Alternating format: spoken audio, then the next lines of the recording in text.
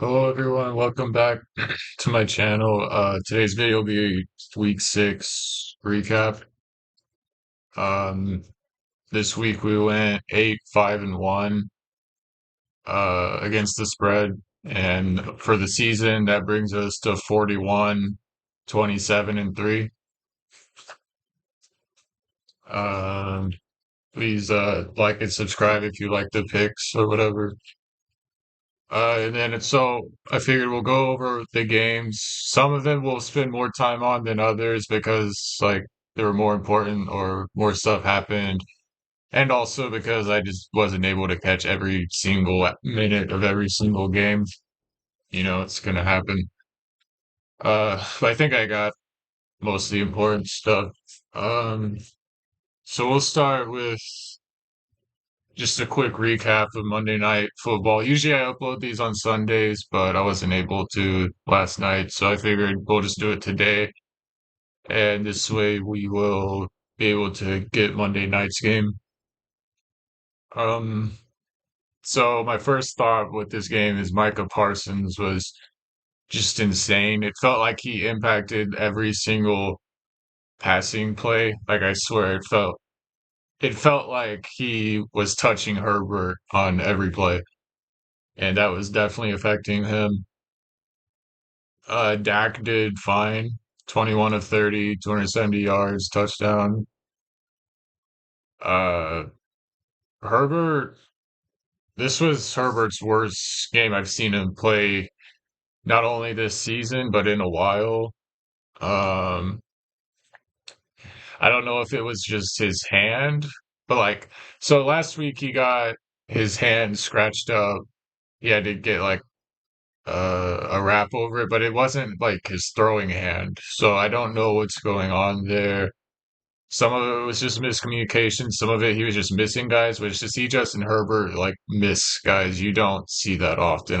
That was kind of concerning, especially against the secondary that's missing Trayvon Diggs. I don't know. I just thought that was really weird. Uh, I thought not Kellen Moore. Kellen Moore is the Chargers offensive play caller. I thought he did all right. It's just Herbert was just missing stuff. Brandon Staley, the Chargers head coach, I've been really critical of him, and for probably for good reason, but he was okay this game. I didn't think he really made any mistakes. I would have liked him to go for a field goal early on in the game, and maybe that would have been the difference, but I don't know. I didn't have a problem with it.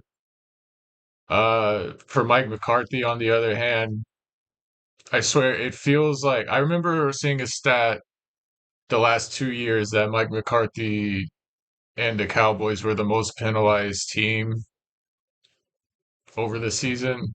And I swear that's gonna happen again this year. It feels like his team's going all the way back to Green Bay. His teams always just have these penalty killing drives. And I don't know why. So that's something to look for.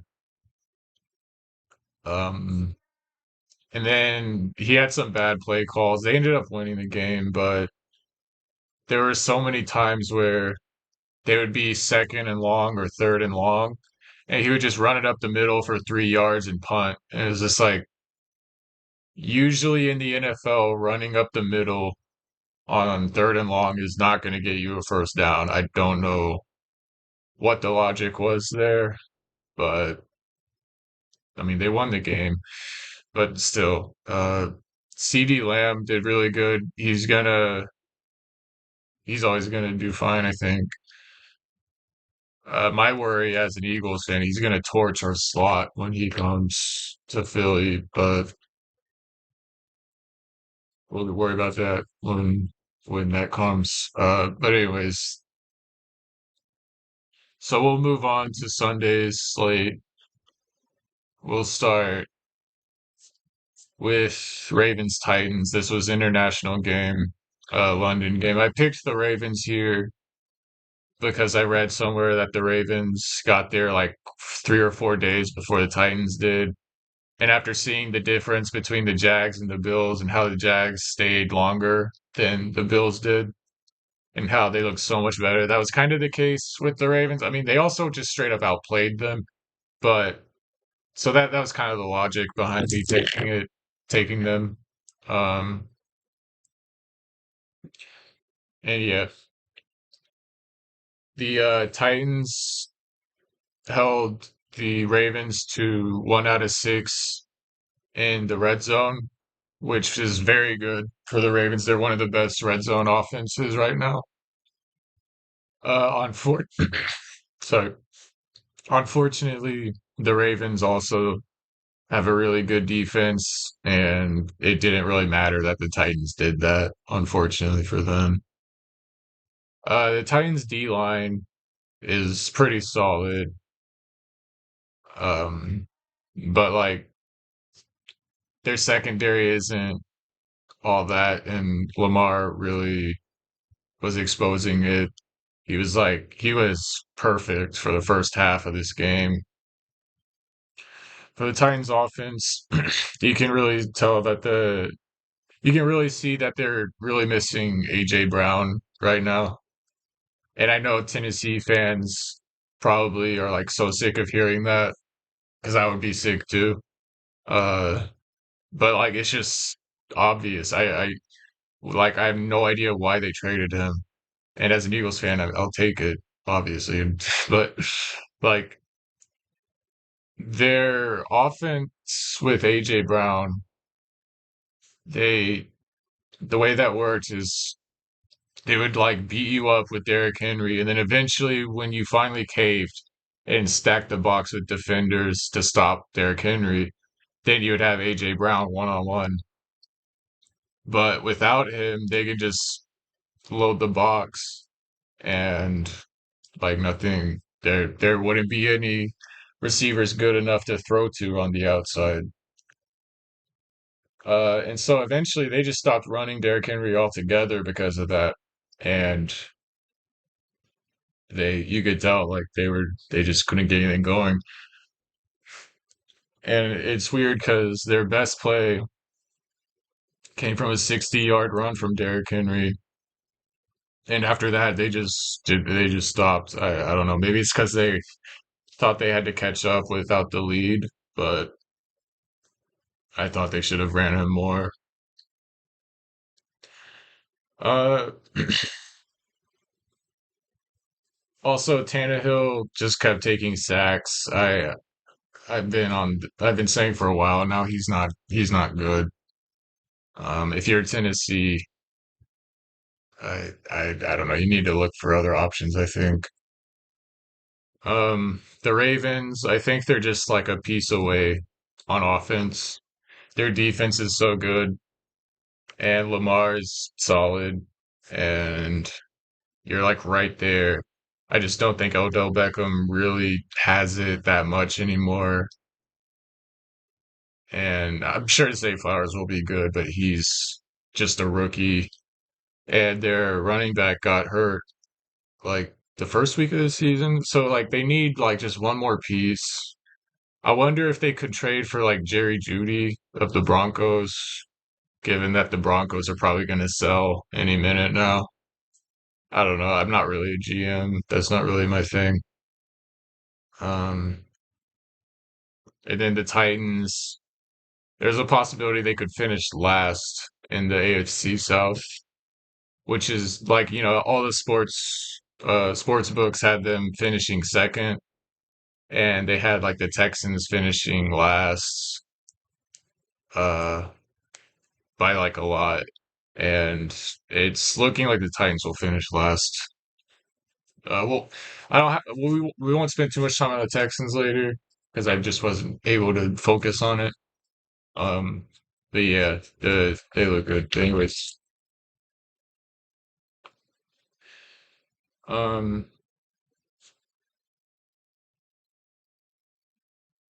next game, Panthers, Dolphins. Won't spend too much on this. I don't know if you guys saw like Frank Reich, the head coach of the Panthers. He basically came out and said that ownership got in the way and selected Bryce Young over CJ Stroud. He didn't say that word for word, but like you can kind of tell he was hinting at it. And I don't think Frank Reich is that good of a coach. Like I don't. But at the same time I kind of feel for him. Like I anytime an owner is getting involved in the team, it's usually not good because it's like if you're working somewhere and your boss, your boss's boss, like gets onto him, it's gonna make your boss not look good, if that makes sense. I just kind of think it's a funny dynamic.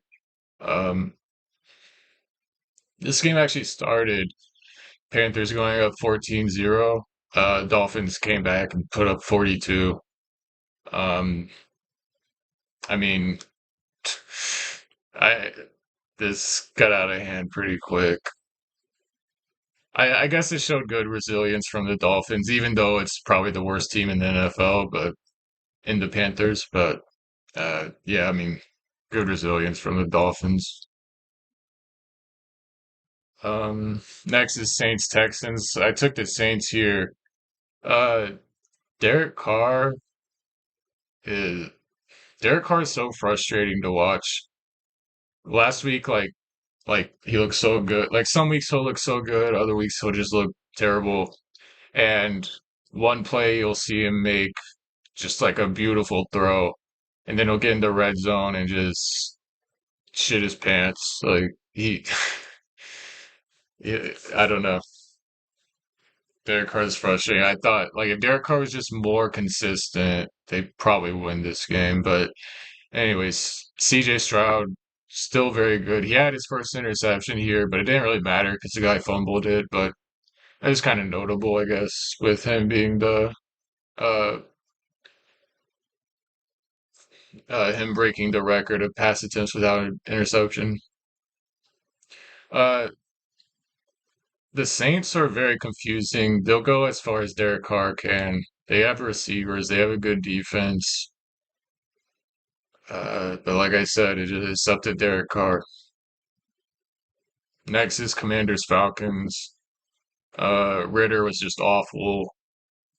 Three interceptions. I don't think he's won two games in a row in his career, and this continued that. Sam Howell, the Commanders did good. I don't really have much to say. I didn't quite see this. Next, we have Colts Jags. Um, I'm sorry, I haven't been reading off the scores here. I probably should.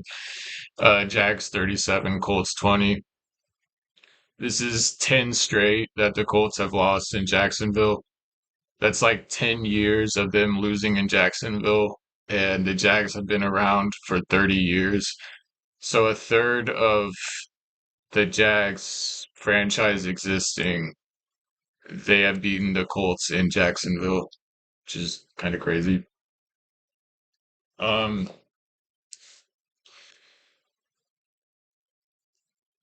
I had the Colts in this one, uh, because I thought with the Jags coming back from London without a bye week, it's like something before this game it was like 10 of 10 not covering coming back from without a bye week. Uh, but I guess the Colts Jacksonville curse outdid that trend. Uh, my first note here is that Gardner Minshew is a backup quarterback, and people need to stop like pretending he's good. Um, there's a reason he's not a starting quarterback. Like he'll just have games like this. He kept missing people. He would throw over people, under people. He wasn't accurate. His arm wasn't strong enough. He won. He played for the Jags, I believe, 3 seasons ago. And during one season, he won one game with them, lost 16. And then with the Eagles, he won 1-4 with the Eagles.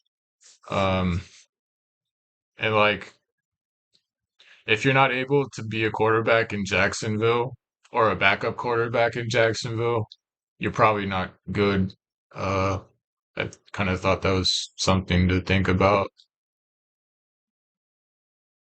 Trevor Lawrence is okay. He had a bad pick at the end, but it didn't really matter. It's kind of garbage time. And he might have gotten hurt on like the last play. I thought it was kind of dumb. They should have just ran the ball, but for some reason they ran an actual play and he might have gotten hurt. He's questionable. He's like day to day, but they play on Thursday night, so he might not play. I thought ETN was great. He's looking like one of the better running backs in the league. I thought that was one of the best things that Urban Meyer did with his tenure is he drafted ETN, uh, which was like a good, solid like pickup by him. Even though he went on to have the worst coaching job in NFL history, I thought that was probably his best move he did. Uh, so he's fun to watch. Like you should look at him. I'm sure if you play fantasy, you know about him.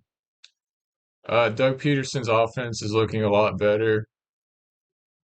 The first couple weeks when it was looking bad, they kept trying to force it to Calvin Ridley, their new receiver. And now it seems like they're kind of spreading it out naturally all around. And I think that's really helping them. They're looking a lot better, even with the offensive line problems. They're looking like expected, I guess. Granted, this is the Colts, so we don't know. But also, Anthony Richardson might be done for the season. For like the third straight week, I feel like I'm saying it. Shane Steichen needs to protect his quarterbacks, but I mean, I said that 3 or 4 times by now, and I mean, it's he's probably done for the season, which sucks because he's great. He's great to watch. It really sucks for Colts fans, but at the same time, you want to be careful with him. You don't want Andrew Luck 2.0. So next we got uh Seattle at Cincinnati. Uh, Bengals 17, Seahawks 13. This was as you can tell from the score, this was a big defensive battle. Uh, Geno Smith, Seattle's quarterback, was awful in the red zone. He kept getting them to the red zone, and then they would just stall out, or he'd turn it over. Both secondaries played very, very well. Um, Joe Burrow, I think Joe Burrow's back. He looked so much more mobile and like himself. Uh, the Bengals, they are 3-3 heading into their bye week. And I think that's huge after like the disaster start that they had. They kind of get like a reset and they're back at 500. And with all the talent, they should go back to at least competing for the division or wild card spot. I mean, if Baltimore gets one more loss, then Cincinnati would would really compete for that division. But yeah, so I think the Bengals are back in it.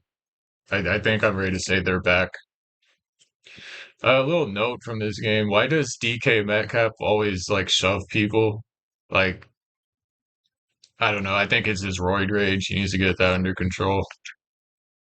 I don't know what his problem is. Um, Next we have Vikings Bears. Vikings 19, Bears 13. I thought maybe Justin Fields would be able to outrun the blitz, considering the Vikings don't have the personnel to blitz, but he couldn't tell when they were blitzing.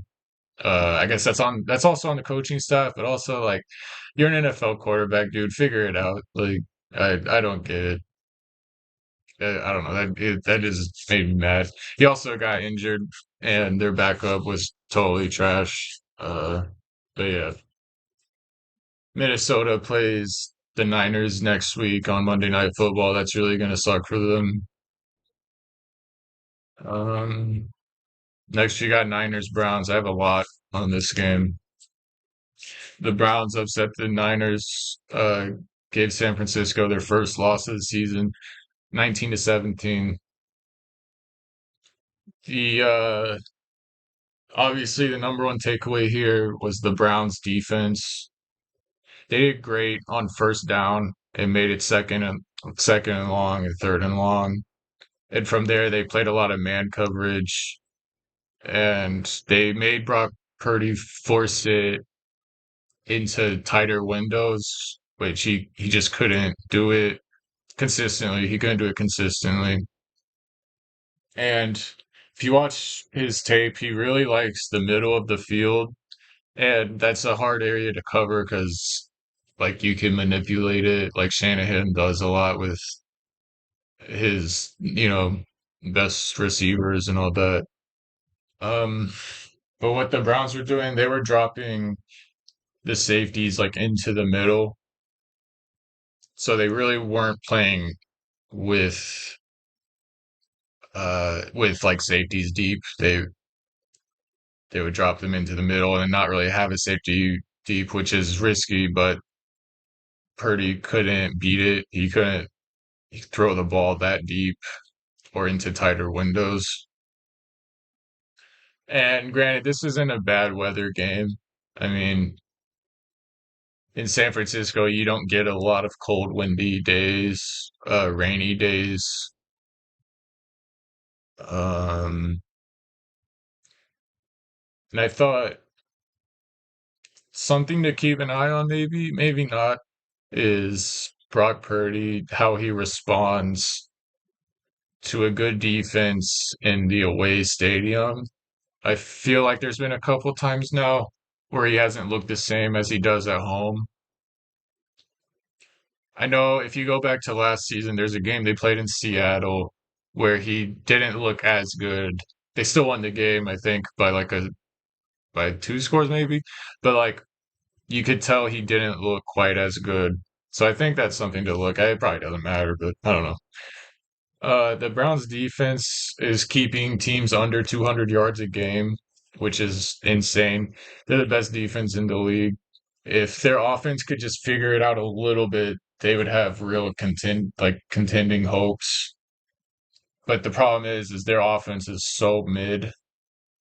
Like they've had three different quarterbacks now, and it's all looked the same. Uh, I don't know. It like it feels like the Broncos last year. There's a stat if the Broncos just put up like 18 points, they would have won. They I don't remember the stat exactly, but if they put up 18 points per game, they would have made the playoffs easily and been one of the best teams. And that's kind of what this feels like.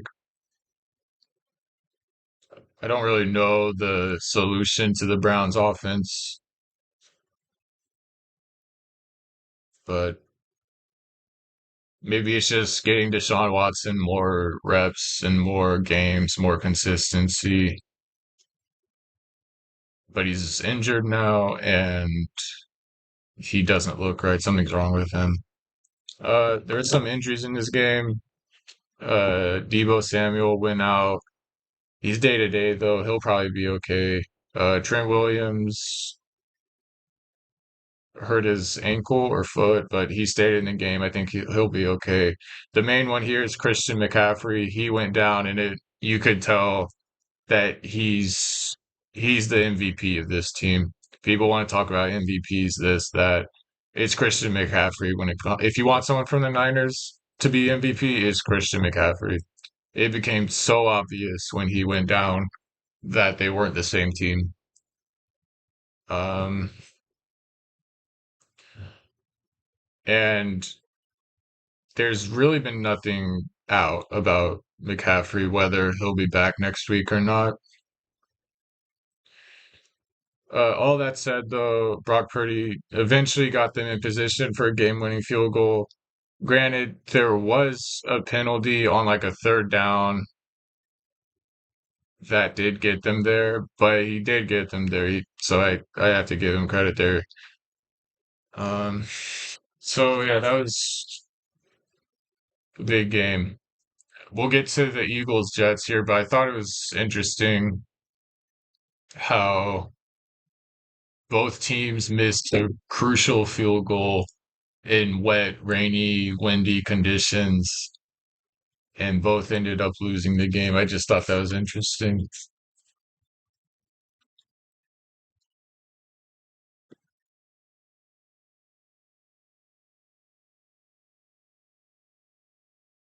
Next, we got Patriots Raiders.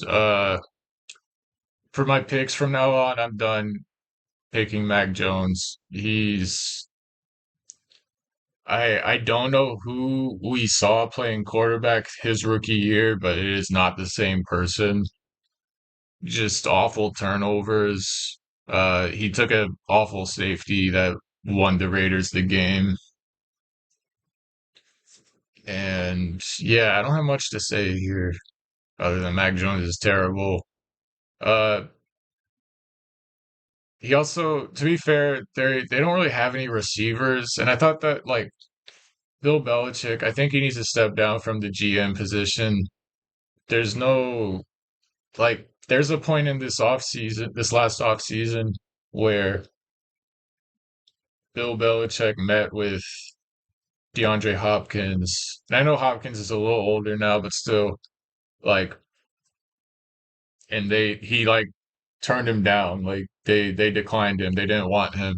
And it's like you don't have anyone to throw to on this team. Like I don't know why you didn't at least take Hopkins. So I don't know.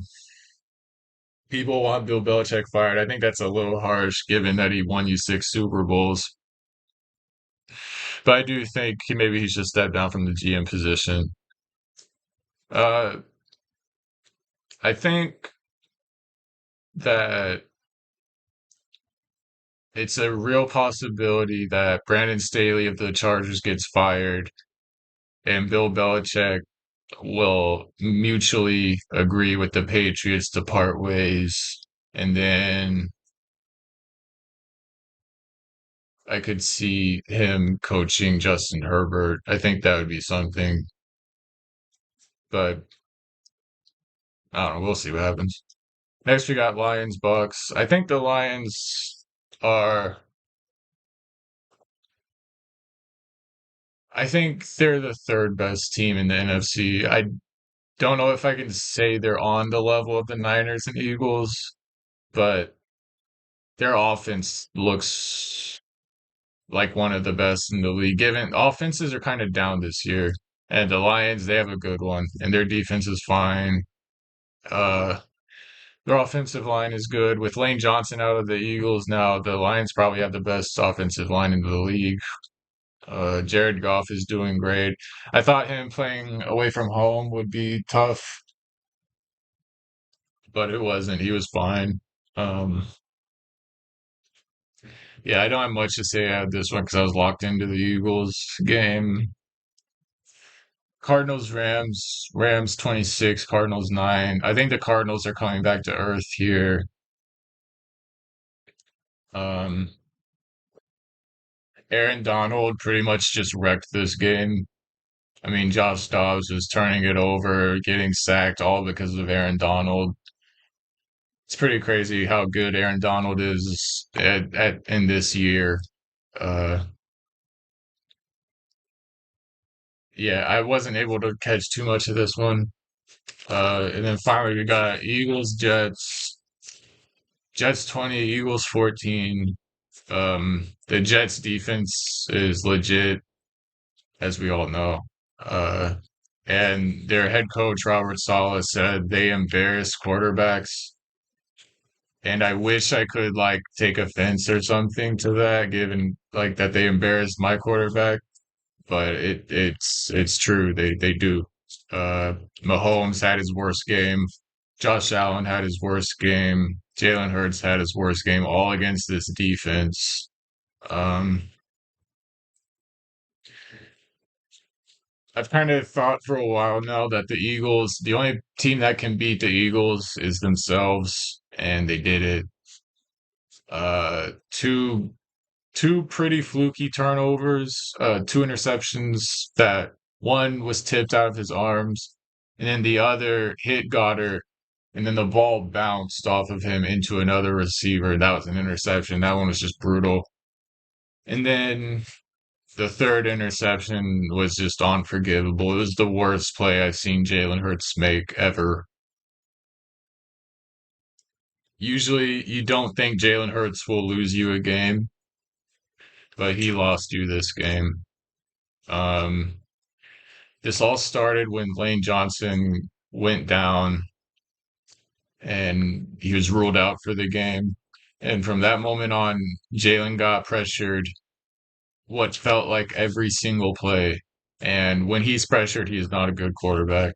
I think PFF might rank him like one of the, if not the best, then one of the best quarterbacks from the pocket, and then one of the worst quarterbacks when he leaves the pocket. And he left the pocket damn near every play of this game after Lane went out.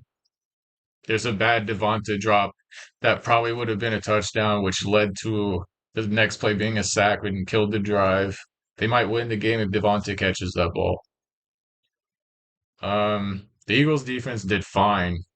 They did great. Considering Jalen Carter and Darius Slay were out, they did great. It was the Eagles offense that beat them. Uh, and yeah, it was just brutal. There's a moment where they were up two, and I believe the 2 minute warning had just passed. It was third down, and all you had to do was run the ball, kill 40 seconds, and punt the ball. They would have a minute left with no timeouts and go the whole field with Zach Wilson. It's like I would definitely take my chances with that. And instead, they throw the ball, and it's an interception, and they win the game, the Jets. And it's just what like I this play calling is so bad. The offensive coordinator is bad. I don't know if that play came from Sirianni or Brian Johnson, but that was inexcusable. That was awful. Horrible awareness. That was the second time we've seen this. There was a play against Washington where AJ Brown scored a touchdown to go up seven, and they left way too much time on when they could have just killed the clock and kicked a field goal. This is the second time now that clock management has beaten them or has made the coaches look stupid, whatever you want to call it. I just don't get what's going on. Like it shouldn't be this bad, but I don't know.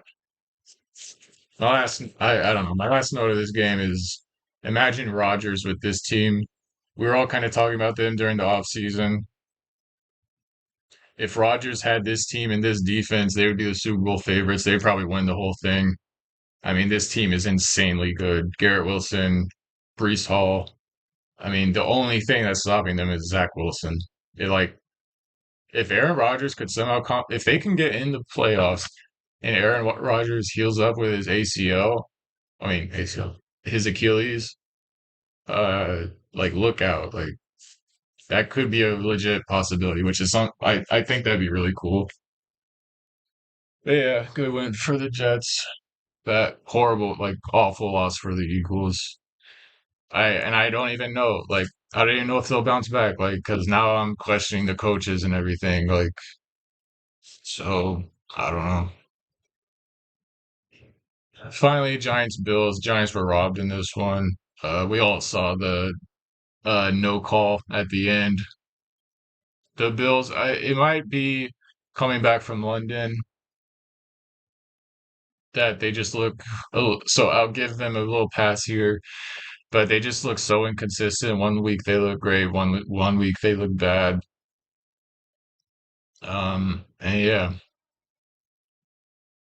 I kind of expect next week they're just gonna blow out the Patriots because that's kind of how this team goes. They'll blow a team out and then they'll win closely or lose a game. It's like they'll repeat those three throughout the season, it feels like. And yeah, so win over Monday night. Um, thank you for watching. Next video should come out Thursday. It'll be Thursday night recap along with week 7 picks. Once again, we are 41, 27, and 3. That's roughly if you put like $100 on every pick from this channel, you'd be up $1,300, but or $1,400. Uh, but I don't endorse gambling or anything. I'm just making the picks against the spread. I give you good value. Don't listen to me or do. Thank you for watching, and please like and subscribe.